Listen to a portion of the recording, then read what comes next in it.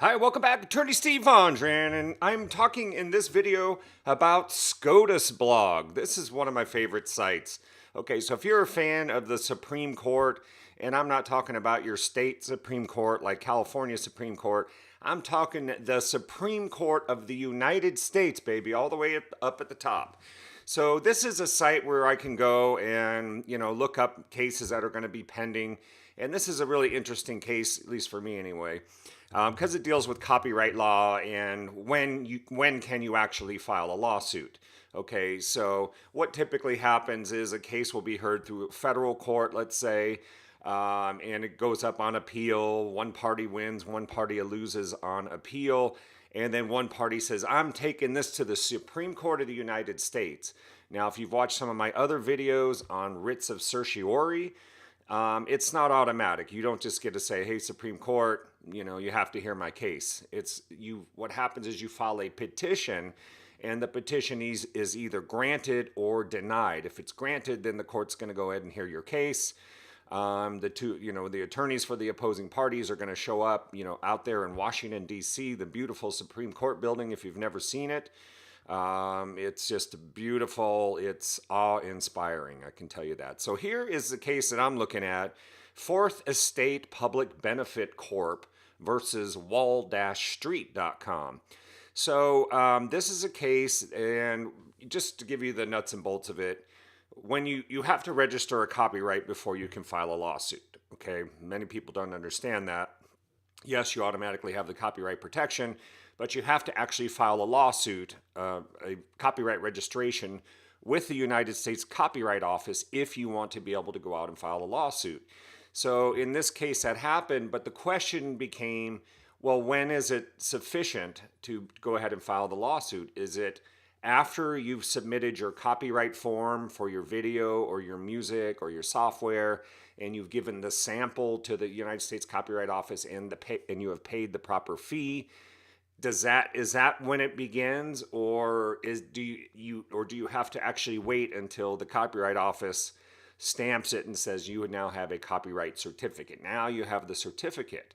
In the Ninth Circuit, where I practice, mostly the Western United States, so merely providing the copy and the form to the Copyright Office is enough. It's all you have to do. And I think that's a good decision because, why should you have to wait, 6, 7, 8, 10 months, a year to try to get your copyright registration before you have to file suit? I don't like that approach. And, for the most part, if you have something creative, you pay the form and the fee, you're going to get the copyright. So I like that approach. But what you can see here, this is on SCOTUS blog. This is that's the issue in the case. So you can take a look at that. That's the issue that the court will be deciding. And over here, you had a petition for a writ of certiorari that was filed on October, excuse me, on October 13, 2017. So let's take a quick look at that, in case you're wondering what they look like. Yes, they look very fancy like this. That's just a beautiful, beautiful petition here. And it has here what we just talked about, the questions presented. Here's what the law is. I'll let you read that on your own. And here's what the issue is in the case. It's what the word made means, being made. What does that mean? So that's going to be the issue in the case. Here's the parties. Rule 26 statement, was it 29.6? And then a real nice table of contents. You have your arguments, and you have some appendix materials here, and you can just go and see. I'll post this in the video section if you want to read it, but it just goes on, and it's a really nicely written brief, and it's just telling the court, here's the problem with the split of authority. Some jurisdictions are doing it this way. Other circuits are doing it this way. We need clarification in the law so that there's not a split of authority. So they go on. You just, like I said, a lot of material here. You're making your arguments. And then at the end, you're usually, the petition for a writ of certiorari should be granted. So you're making your appeal to the court that your writ should be granted. Okay, so that's basically what a writ of certiorari is. If you come down here further, you can see November, about 6 months later, 6, 7 months later, this was granted. So the court said, we are going to hear this.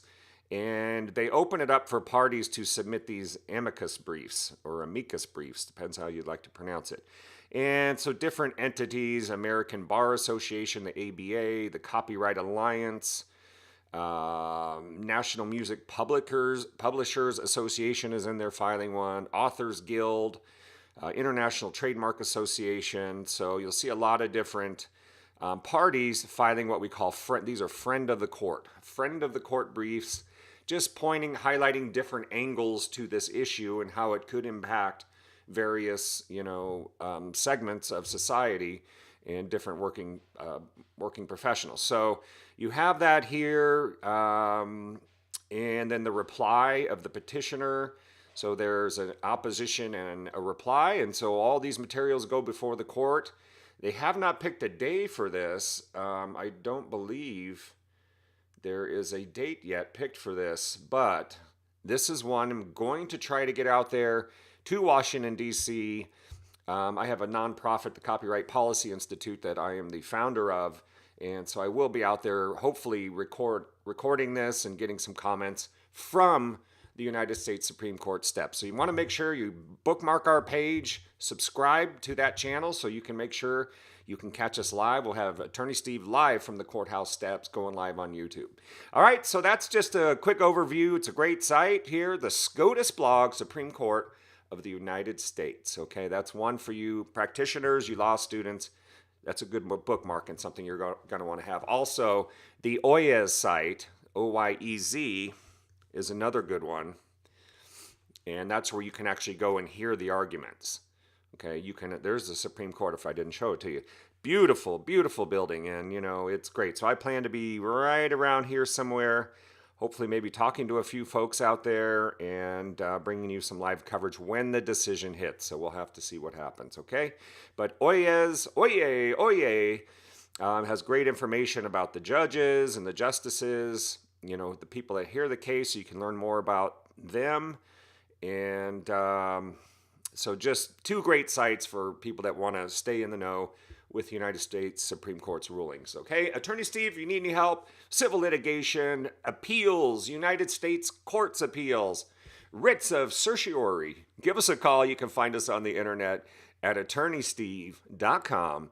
That's attorneysteve.com, the first name in legal services. We'll see you again.